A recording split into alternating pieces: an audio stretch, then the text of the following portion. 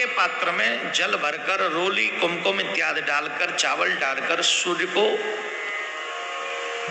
अर्घ देना चाहिए और वहीं खड़े खड़े आदित्य हृदय स्तोत्र का पाठ करना चाहिए। जो व्यक्ति 11 महीने ये कर ले लगातार बिना रुके, उसे पूर्णतः ब्यूटीफुल निरोगी काया प्राप्त हो जाएगी, उसके सारे रोग भाग जाएंगे। लेकिन एक शर्त है, और सूर्य की किरणें जब ताम्र पात्र और जल से टच होकर जब तुम्हारे अंग पे, और कोशिश करो कि तुम्हारा अंग पूरा सूखा ना हो, कुछ पानी पड़ा हो आपके अंग पे, और फिर देखो चमत्कार।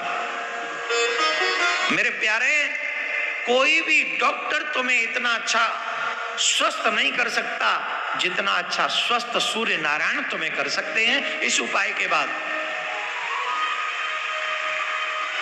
इस उपाय के बाद ये गारंटेड है, मैं ऐसे नहीं बोल रहा हूं। हमारे ब्रज में कहें भूस में लट्ठना मार रहा हूं मैं, करके देख लो, प्रयोग करके देखो, बहुत अच्छा फल मिलेगा। जिनके घर में बहुत बड़ी बीमारियां ये रहती हैं कि महाराज बड़ा हम कुछ कर रहे हैं पर आ नहीं रहा, बापू नहीं आ रहे घर में, वाला उपाय बताओ। जिन लोगों के जीवन में धन का अभाव है, संपत्ति का अभाव है, उन्हें चंद्रमा की पूजा करनी चाहिए। चंद्र की पूजा करने पर, ये शिव पुराण का उपाय है, मेरा नहीं है, मुझे मत पकड़ना। विश्वेश्वर संहिता पढ़ लेना, उसमें है। कोई कहे महाराज अपने आप ठोकर, ऐसा नहीं, पढ़ लो इसमें। चंद्रमा की पूजा करनी चाहिए। चंद्रमा की पूजा करने से संपत्ति का अभाव जो है, वो संपत्ति के दाता है, वो तुम्हें संपत्ति दे देंगे। अब क्या करें, चंद्रमा की पूजा कैसे करें? हम आपको एक आइडिया देते हैं, दें आपको आइडिया, दे दें। पूर्णिमा पर व्रत किया करो चंद्रमा, और चंद्रमा को रात्रि के 11-12 बजे करीब अर्घ दिया करो मीठे जल से। मीठे जल से चंद्रमा को अर्घ दिया करो, और चंद्रमा के पूर्णिमा के दिन चाहे कुछ भी हो जाए, तुम्हारे घर में खीर जरूर बननी चाहिए रात्रि में, और वो मीठी न बनाओ, मीठा उसमें होना चाहिए। और फिर चाहे तुम थोड़ा ही प्रसाद ले लो, सब घर वालों को वो प्रसाद बांटो। महीने में एक दिन खीर जरूर बनाओ। हमने भाई देखो क्या गजब की बात है, शहरों में आके हम लोगों की बुद्धि भ्रष्ट हो गई। मुझे जब मैं बोल रहा हूं तो मुझे याद आ रहा है, हमारे घर में मावस और पूर्णिमा गांव में हमारी माताजी खीर बनाती थी।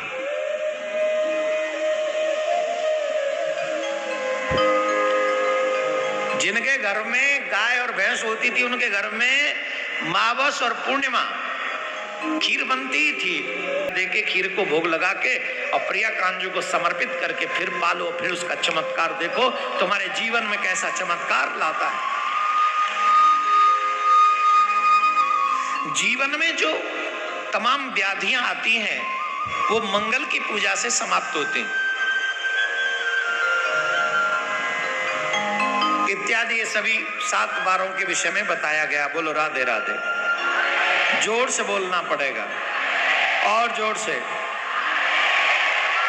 अब सुनो, अब तुम्हारे सारे इलाज ठीक कर देते हैं, ध्यान से सुनो।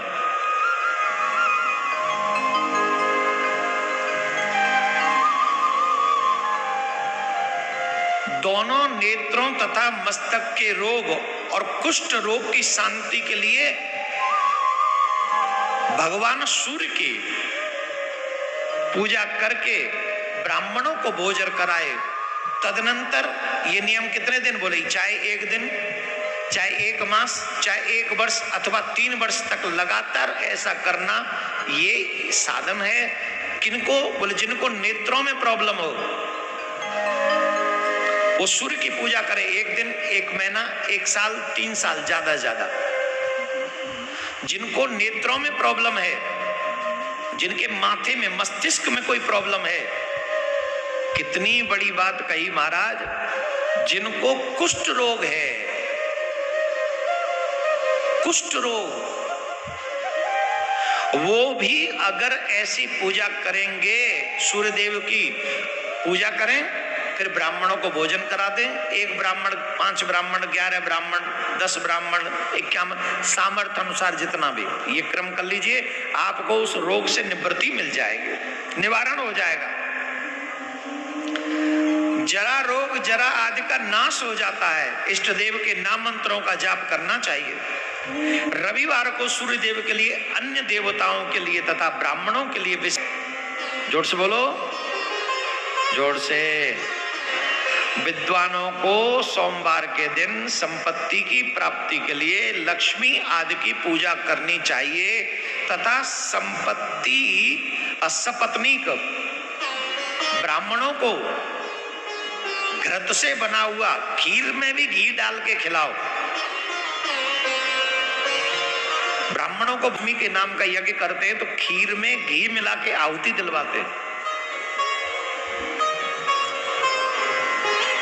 सोमवार के दिन आप पूजा करो लक्ष्मी माँ की, और फिर ब्राह्मणों को पहले हवन हो जाए, हवन में ऐसी आहुति दो, खीर बना के घी डाल के, और वही भोजन ऐसा ही ब्राह्मणों को करा दो। सोमवार के दिन ऐसा व्रत करने से, इस कार्य को करने से माँ लक्ष्मी प्रसन्न होती है, और माँ लक्ष्मी प्रसन्न होकर उनकी मनोकामना पूर्ण करती है और उस घर में नित्य वास करती है। बोलो राधे राधे। विद्वान पुरुषों को बुधवार को दधि युक्त अन्न से भगवान विष्णु का भोजन पूजन करना चाहिए। ऐसा करने पर हमेशा प्यारा सा सुंदर पुत्र प्राप्त होता है। बुधवार के दिन